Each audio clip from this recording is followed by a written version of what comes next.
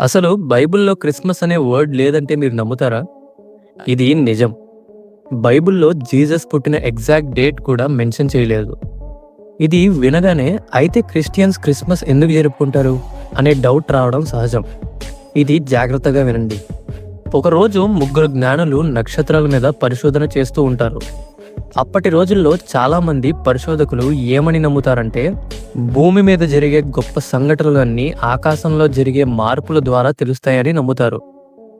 ఈ ముగ్గురు జ్ఞానులు ఒకరోజు ఆకాశాన్ని గమనిస్తూ ఉండగా ఒక విచిత్రమైన నక్షత్రాన్ని గమనిస్తారు. అది సాధారణమైన నక్షత్రం కాదు. అలాంటి నక్షత్రాన్ని వీళ్ళు ఎప్పుడూ చూసి ఉండరు. ఆ నక్షత్రాన్ని చూసిన ఈ జ్ఞానులు, ఈ నక్షత్రం భూమిపైన ఏదో ఒక గొప్ప సంఘటనకు సూచిక అని నిర్ధారిస్తారు. అప్పటి గ్రంథాల ప్రకారం ఇజ్రాయెల్ దేశంలో ఒక మహారాజు లాంటి వ్యక్తి జన్మించినప్పుడు ఇలాంటి ఒక సూచన వస్తుందని వారు గుర్తిస్తారు. ఇలా గుర్తించిన వారు ఆ నక్షత్రాన్ని ఫాలో అవుతారు. ఎక్కడికి వెళ్తున్నారో కూడా వారికి క్లియర్గా తెలియదు. కానీ నిజం తెలుసుకోవడం కోసం వారి జర్నీని స్టార్ట్ చేస్తారు. వారు ప్రయాణిస్తుండగా ఏమని అనుకుంటారంటే, పుట్టబోయేది రాజులాంటి వ్యక్తి కాబట్టి అతను గొప్ప ప్యాలెస్లో జన్మిస్తాడు అనుకుంటారు. కానీ క్రీస్తు జన్మించింది ఒక చిన్న పశువుల పాకలో.